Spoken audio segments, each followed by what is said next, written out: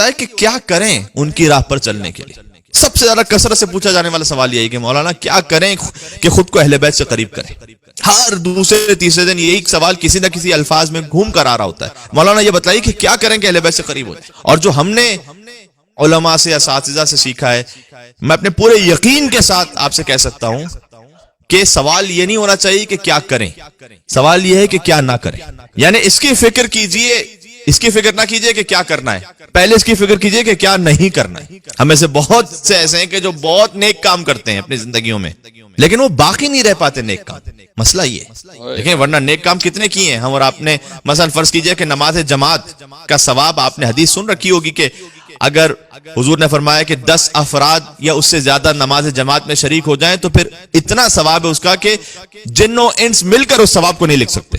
کتنی مرتبہ اور آپ نے جماعت میں شرکت کی؟ بہت مرتبہ کی. کم سے کم اتنے نمازی ہوتے تھے کہ اگر 10 نمازی ہو جائیں، بلکہ 9 نمازی امام جماعت کو ملا کر، تو فرمایا کہ اتنا ثواب ہے اس کا کہ جن و انس نہیں لکھ سکتے. پھر حدیث میں آیا، آپ نے سن رکھا ہے بار بار، رمضان المبارک میں سانس لینا تسبیح ہے، سونا عبادت ہے، ایک آیت کو پڑھنا ختم قرآن کے برابر ہے.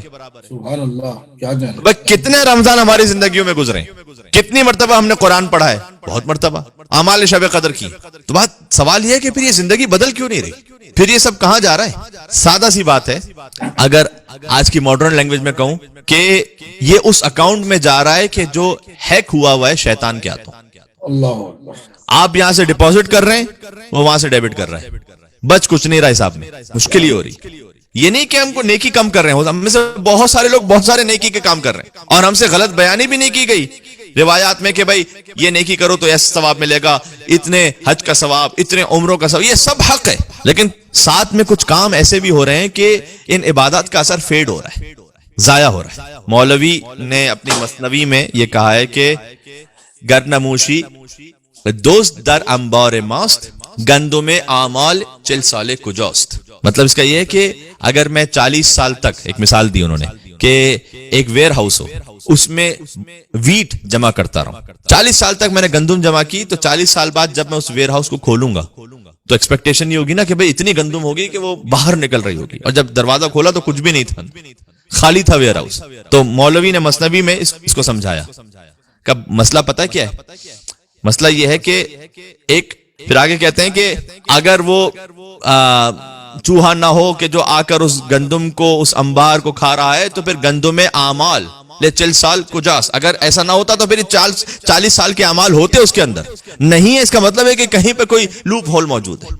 اور پھر وہ آگے کہتے ہیں کہ اول ای جان دفع شر موش کن وان گہان در جمع گندم جوش کن، کہ جمع گندم جوش کن، یعنی وہ کہتے ہیں کہ پہلے اس ہول کو تو بند کرو، اس کا راستہ بند کرو، تب جا کر گندم کرنے کے لیے محنت کرو، جمع کرنے کے لیے. کئی مرتبہ نیک کام کر رہے ہیں لیکن اس کو ضائع بھی کر رہے ہیں. ایک عالم دین بیان کرتے ہیں کہ میں مشہد مقدس میں مولا رضا علیہ السلام کے حرم مطہر سے باہر نکلا، ایک ٹیکسی میں بیٹھا، مولا کی زیارت نصیب ہو انشاءاللہ سے ہم سب. کہہ رہے میں حرم کے باہر نکلا اور ٹیکسی میں بیٹھا تو اس کیا، کیونکہ ایران میں ٹیکسیز شیئرڈ ہوتی ہیں، تو ایک اور پیسنجر بھی بیٹھا ہوا تھا، بہت قریب ہی کہیں اس کو اترنا تھا، لیکن چونکہ مشہد کا تھا نہیں وہ، تو وہ ٹیکسی والے نے اس سے بہت زیادہ جو فیئر تھا وہ لیا. وہ بھی بہت جلدی میں تھا، حالانکہ سمجھ رہا تھا کہ بہت زیادہ فیئر، لیکن اس وقت گنجائش نہیں. خیر بہت زیادہ کئی برابر اس نے اس سے فیئر لیا، اور ٹھیک ہے ہم آگے بڑھنے لگے. تو چونکہ وہ عالم دین کہتے ہیں کہ میں ابا خبا مامے میں تھا، وہ مجھے ٹیکسی ڈرائیور یہ کہتا ہے ڈرائیو کرتے کرتے کہ صاحب آج کل رزق کی بڑی تنگی ہے، اور جتنا بھی کما لو پورا نہیں ہوتا، برکت ہے نہیں. تو میں گیا تھا ایک عالم دین کے پاس، میں نے ان سے کہا کہ کوئی دعا بتائیں، کوئی وظیفہ بتائیں، کوئی نماز بتائیں. انہوں نے ایک چلہ مجھے بتایا تھا، 40 دن کا ایک عمل. اب وہ میں چلہ کاٹ رہا ہوں، 15-20 دن ہو گئے، کوئی فرق ہی نہیں پڑ رہا. آپ بتلائیے کہ کوئی دعا بتلائیے کیا کریں. تو عالم کہتے ہیں، میں نے اسے کہا بندے خدا، ہر چیز فقط تسبیح گھما لینے سے حل نہیں ہوگی. یہ ابھی جو تو نے ایک بندے مومن کے ساتھ کیا ہے، اپنے لیے ہزاروں برکتوں کے دروازوں کو بند کر لیا. فقط ذکر پڑھ لینے سے معاملہ نہیں ہوتا.